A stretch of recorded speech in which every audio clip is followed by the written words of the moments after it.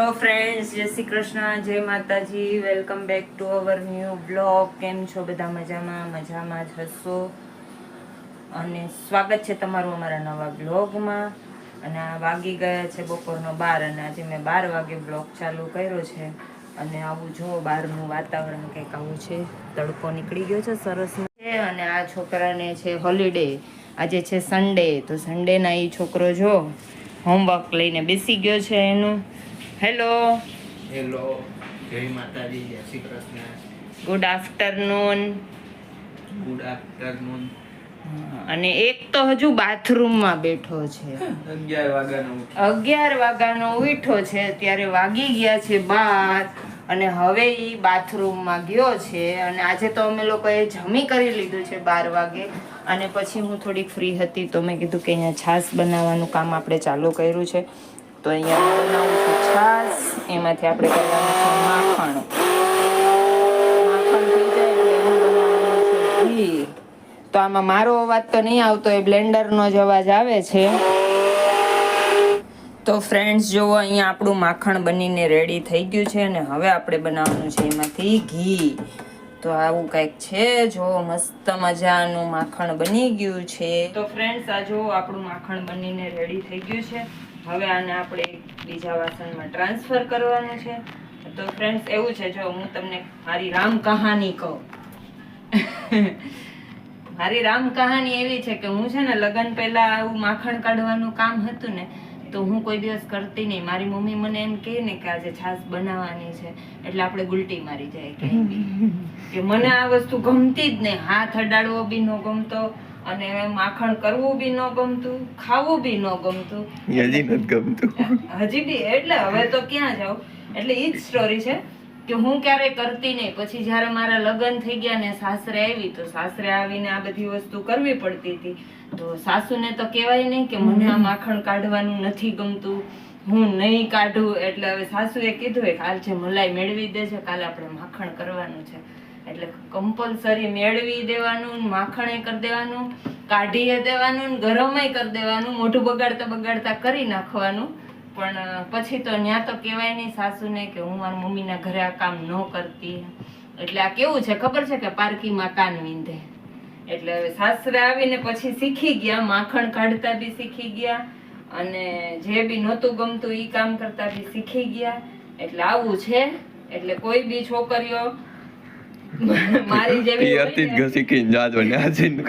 લગ્ન પહેલા ન ગમતું હોય ને તો ઈ પિયર માંથી જ શીખીને જાજો. કારણ કે સાસરે જઈને કમ્પલસરી કરવું જ જોઈએ. જો કે અત્યારે તો એવું નથી, પણ તો બી કઈ જતાની સાથે તો આપણે સાસુને ન કહેવાય કે મને આ કામ નથી ગમતું તો હું નહીં કરું એમ. પછી છે ને એકવાર મારા મમ્મી આવ્યા હતા મારા ઘરે, તો બરાબર કઈક માખણની ને કઈક એવી વાત નીકળી ને, તો મારા મમ્મીએ કીધું કે ઈ તો કોઈ દિવસ ઘરે તો માખણ કાઢતી જ નહીં, એમ કે એને તો ઈ ગમતું નહીં એમ કરીને. તો આપણે બાએ એમ કીધું કે અહીંયા તો મને તો કોઈ દી ના નથી પાડી કે હું નહીં કરું એમ.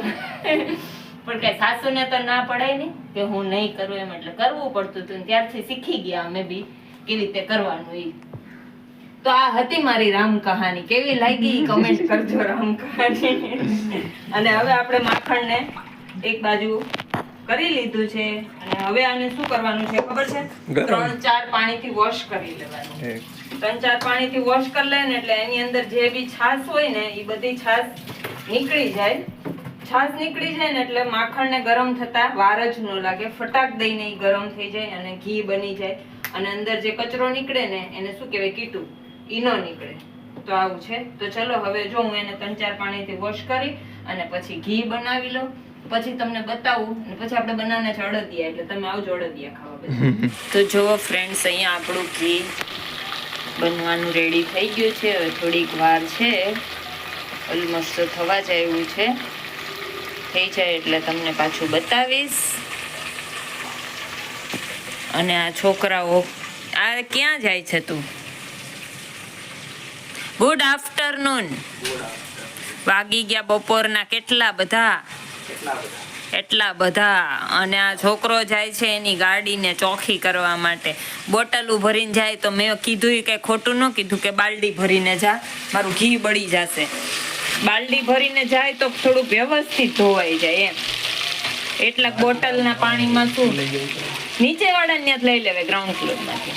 હા હા તેલવાળી છે, પાણી ચીકણું આવશે. આ બરણી ભરીને જાતો થાય. એને વેચવાની નથી, ઈ તો પાછી દેવાની છે. યારે ઈ ધોવાન મગજમારી કરાય બેટા. એવી કોણ ભેજા મારી કરે? એને આપણે કચરામાં જ દેવી છે તો ઈ ધોવાન મેં તો ઓલી કીધું તું ધોયેલી પડી છે. ફ્રેન્ડ્સ, અહીંયા હું લઈ આવી હતી આદુ, આ છે જિંજર. તો આપણે હવે એની પેસ્ટ બનાવવાની છે. એને વોશ કરીને સૂકવી લીધું છે. તો હવે આપણે એના છાલ કાઢીને એને મિક્સરમાં ક્રશ કરી લઈએ. એને સ્ટોર કરવાનું છે. તો ચલો હવે આપણે ઈ કામ કરવાનું છે. તો હું ઈ કામ પતાવી લઉં, તું તારું કામ પતાવી લે, અને પછી પાછું આપણે બેસવાનું છે મશીને. અને હું તમને બતાવીશ કે કાલે મેં શું કામ કર્યા નવા, ઈ આપણે આજે વિડીયોમાં બતાવશું. પણ પહેલા હું મારું આદુનું કામ પતાવી લઉં, પછી આપણે નવું કામ જે કર્યું છે ને ઈ બતાવીશ હું તમને કે મેં શું કામ કર્યું. ચલો તો હવે આપણે બનાવી લઈએ આદુ. તો ફ્રેન્ડ્સ, વાગી ગયા છે 3:30. જુઓ, તમે જોઈ શકો છો 3:30 વાગી ગયા છે. ને 3:30 વાગે આપણે ફ્રી થઈ ગયા છે. આપણે જે આદુની પેસ્ટ બનાવવાની હતી એને છાલ કાઢીને ધોઈને થોડી વાર સુકાવા મૂક્યું છે. તો એ સુકાઈ જાય એટલે આપણે એને મિક્સરમાં ક્રશ કરવાનું છે. અને જુઓ તમે, અચાનક વાતાવરણ જુઓ. મેં જ્યારે 12 વાગે વ્લોગ ચાલુ કર્યો ને ત્યારે એટલો સરસ તડકો હતો ને એટલું ફાઇન વાતાવરણ હતું, અને અત્યારે અચાનકમાં આમ જુઓ એકદમ વાદળા થઈ ગયા છે ને અંધારું અંધારું થઈ ગયું છે, અને ધુમ્મસ ધુમ્મસ ધુમ્મસ નકરો. આ જુઓ, આવું કંઈક વાતાવરણ થઈ ગયું છે અત્યારે. અડધો કલાકમાં તો આખું વાતાવરણ ચેન્જ થઈ ગયું. તો આવો કંઈક નજારો થઈ ગયો છે અત્યારનો. ક્યારે શું ખબર નહીં થઈ જાય છે વાતાવરણમાં અચાનક જ. અને આ જુઓ નીચે કેવી રીતે કપડાં સુકાવ્યા છે લોકોએ, ને આવું કંઈક છે નજારો બહારનો. અને મારે એક સીવવાનું છે બ્લાઉઝ, તો એનું કટિંગ કરવાનું છે અને પછી એને સીવવાનું છે. સાંજ સુધીમાં આપણે એ પૂરું કરવાનું છે. તો તારું કેવું શું છે કે મારાથી પૂરું થશે? હા, ઈ બી છે કે હું કરવા બેસીશ તો હું પૂરું કરીશ ને. હું અત્યારે ના કરીશ. અને હા, જો હું તમને કહેતી હતી ને કે મેં શું કામ કર્યા છે તો બતાવું તમને. આ એક ડ્રેસ હતો હે ને, તો એને મેં કટિંગ કર્યો. તો કટિંગ કરવામાં એવું છે કે આપણે થોડુંક બાય મિસ્ટેક બેક સાઈડ હતી ને, તો બેક સાઈડમાં આપણે કંઈ ધ્યાન દીધું નહીં. તો આ જે પીસ છે ને આ વાળું, એ અહીંયા મિડલમાં આવે. તો મેં કાંઈ જોયું નહીં કે બેક સાઈડમાં કંઈ આવી રીતે ડિઝાઇન વગેરે છે કે નહીં. તો આપણે એમને બેક સાઈડ કટિંગ કરી નાખી. અને જ્યારે એના ઉપર લાઇનિંગ અટેચ કરતી હતી ને ત્યારે મને દેખાયો કે આ પીસ મારે અહીંયા મિડલમાં લેવાનો, તો એને બદલે અહીંયા આવી ગયો છે. તો આપણે અહીંયા કર્યું છે 500 રૂપિયાનું નુકસાન. હવે જે કસ્ટમરનું આ ડ્રેસ પીસ છે એને આપણે નવો પીસ લઈને આપવો પડશે, અને આ પીસ રહેશે આપણે ઘર જમાઈ. તો હવે એનું કંઈક સોલ્યુશન લાવવાનું છે. તમને કોઈ જે બી સિલાઈનું કામ કરતા હોય અને કોઈને કાંઈ આઈડિયો હોય તો મને કહેજો કે આનું આપણે હવે શું કરવું. કારણ કે આ ડ્રેસ હવે આપણે રહેવાનું છે ઘરે, આપણે કસ્ટમરને નવું પીસ લઈને આપવાનું છે. તો એક તો 500 રૂપિયાની નુકસાની. તો કોઈને કાંઈ આઈડિયા હોય તો મને કમેન્ટ કરજો જરૂરથી. આવું છે. તો આટલું આપણે આજે નુકસાન કર્યું છે રોનિક. નુકસાનની ભરપાઈ કરવી જશે ને, તો કાંઈક કરશું. ચલો, એનો કંઈક જુગાડ કરશું આપણે. તો હવે મેં એટલું ખરાબ કર્યું છે તો એની પાછળ આપણે કંઈક સારું બી કરશું, એમાંથી ઉપયોગ કરશું. એને સાવ વેસ્ટેજ નહીં જવા દઈએ. પણ અત્યારે કસ્ટમરનું બેગડું છે એને આપણે એ વસ્તુ ન આપી શકીએ. અને આવું જો બહાર આખો ધુમાડો પાછું આજે આવું વાતાવરણ થઈ ગયું છે. હમણાં 2-4 દિવસથી સારું હતું તડકો વગેરે, ને આ જો આવા વાદળા થઈ ગયા છે. અહીંયા ક્યાંક સ્નો ન પડે. પડે ફ્રીજમાંથી કાઢીને. આપણે અહીંયા ઠંડી નથી પડતી તો સ્નો ક્યાંથી પડવાનો? કોણે ધોઈ? અને આ છોકરો ગયો તો એની એક્ટિવાને ધોવા માટે. અપાચી? અચ્છા, તાની છે બંગાળીના છોકરાની. એ વોચમેન બી ત્યાંથી બાલટી ભરતો હોય પાછળથી, એટલે કદાચ પાછળ નળ હશે. અને ચલો હવે આપણે વાતોના ગપોટા નથી મારવાના અને આપણે આપણું કામ કરવા બેસી જઈએ. બ્લાઉઝ પીસ આપણે લઈ લીધું છે અને મસ્ત મજાનું બ્લાઉઝ બનાવવાનું છે. આના અંદરથી બની જાય ને એટલે હું તમને બતાવીશ કે મેં કેવું આના અંદરથી બ્લાઉઝ બનાવ્યું છે. તો ચલો આપણે આપણું કામ કરવા માંડીએ અને પછી પાછા મળ્યા. ગાઈસ વાગી ગયા છે સાંજના 7 ને ભીંડાનું શાક લાગે. આજે છે ભિંડી કા સબ્જી એન્ડ રોટી. ભેંડી અને પપ્પા આજે કરે જ મંદિરની સાફ સફાઈ. કઈ ગોતે શું ગોતો પપ્પા? ફાલતુનું બ્રશ. એ જો નાનું હતું ને આમ નાના છોકરાનું બ્રશ છે એ જરાક ધોઈ નાખજો એને. ભગવાનને નહીં મંદિરને. ભગવાનને કેમ સાફ કરે? ભગવાનનું ઘર સાફ કરે છે એમ.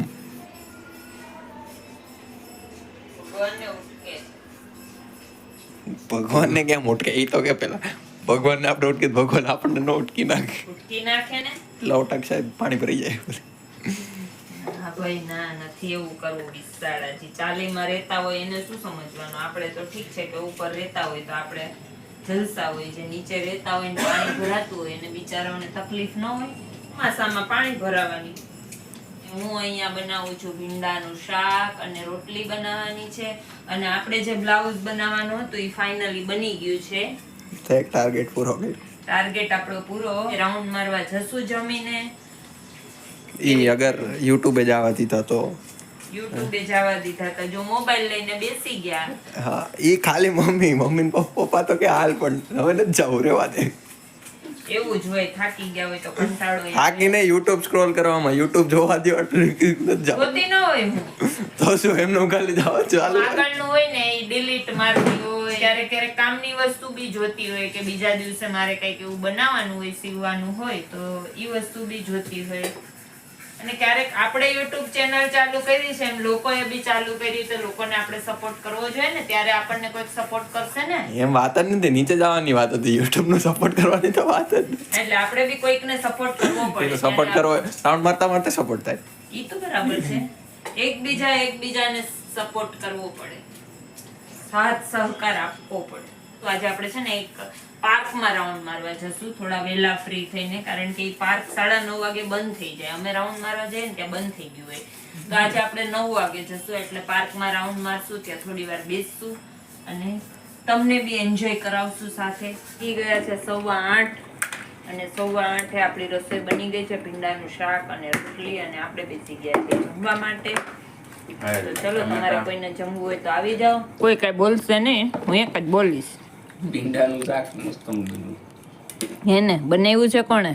ના તમે? વાહ. અને અમારા ઘરમાં નિયમ જ છે થાળીમાં ખાવાનું આવે ને એટલે ઊંધે માથે ખાવા માંડવાનું. પછી કઈ આગળ પાછળ નહીં વિચારવાનું. ઘરમાં ને મારે એકને દાદા ઉપર જ ગયા છે સેમ ટુ સેમ. દાદાની જ કોપી હે. થાળીમાં આવ્યું એટલે ખાવા માંડે. તો ફ્રેન્ડ્સ અમે લોકો આવી ગયા છીએ વોક કરવા માટે. અને અહીંયા છે પાર્ક અમારા ઘરના પાછળ જ છે. એક્ઝેક્ટ બિલ્ડિંગના પાછળ. તો હવે અમે પાર્કમાં જઈએ છીએ વોક કરવા માટે. આજે તો ફાઇનલી આવી જ ગયા. અને આ જો અહીંયા જ છે બાજુમાં જ પાર્ક છે. બહુ મોટું પાર્ક છે. તો ચલો હવે આપણે અંદર જઈએ રાઉન્ડ મારીએ. વોક કરવામાં તો રોજ હોય. વોક કરવામાં રોજ હોય પણ પાર્કમાં ન આવતા હોય ને. આજે આપણે પાર્કમાં આવી ગયા છીએ. આવી રીતે જો પબ્લિક અહીંયા વોક કરે છે. અમે બી સાથે જોઈન્ટ થઈ ગયા છીએ.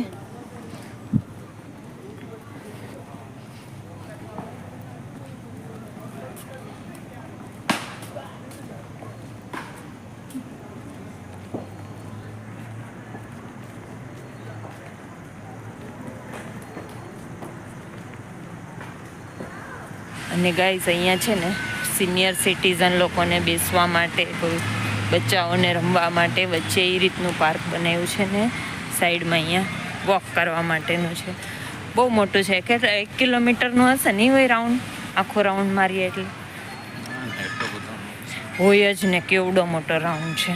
અને અહીંયા છે ટર્ફ. તો એમાં છોકરાઓ રમે છે મેચ. જો અંદર છોકરાઓ ટર્ફમાં મેચ રમે છે. દેખાશે નહીં તમને અત્યારે. ત્યાં છે ટર્ફ અને અહીંયા બધા વોક કરે છે. અને અત્યારે બેડમિન્ટન માટે નેટ બાંધીને રાખી છે. બેડમિન્ટન રમતા હશે. અને પાછળની સાઈડ છે ત્યાં બધા ક્રિકેટ રમતા હોય છે. અને અહીંયા વોક કરીએ છીએ. અહીંયા છે ને આ જો લોકો એક્સરસાઇઝ કરે. અહીંયા એક્સરસાઇઝના ઓલા મૂક્યા હતા એ બધા તોડી નાખ્યા લાગે છે. ઓય માં બચી ગયા જો.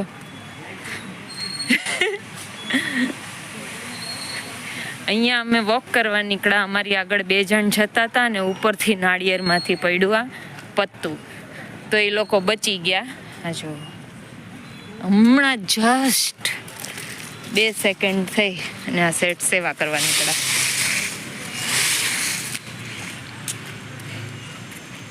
સ્વયંસેવક બની ગયા.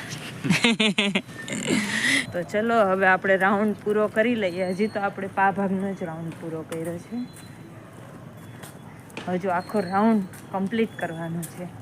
એક રાઉન્ડ મારતા આઈ થિંક 10 મિનિટ જાય. 10 મિનિટ થતી હશે ને? હા, નેક્સ્ટ આપણે ટાઈમ જોશું. નેક્સ્ટ રાઉન્ડ ચાલુ કરીએ ને ત્યારે. કેટલામાં એ 2 જ હો. 2 માં તો થાકી જાય. અમે થાકી ગયા હોય સાઈડ પરથી આવીને. હું તો મને તો કાંઈ વાંધો ન હોય, 2 અને 3 મારી લો. તો તમને દાદરા ચડી ચડીને સાઈડ પર થાકી ગયા હોય ને હું અત્યારે વોક કરવા લઈ આવું.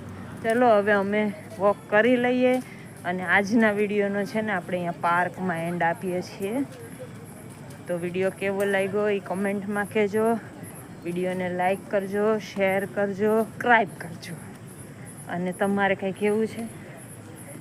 બસ આમ જ અમારી ચેનલને સપોર્ટ કરતા રહેજો. અમારું ચાલતું રહે આમ. હા તો ગાઈસ સેટનું કેવું એમ છે કે અમારી ચેનલને સપોર્ટ કરતા રહેજો અને અમારું બી ગાડું આમનું ચાલતું રહે. જય શ્રી કૃષ્ણ. Good night.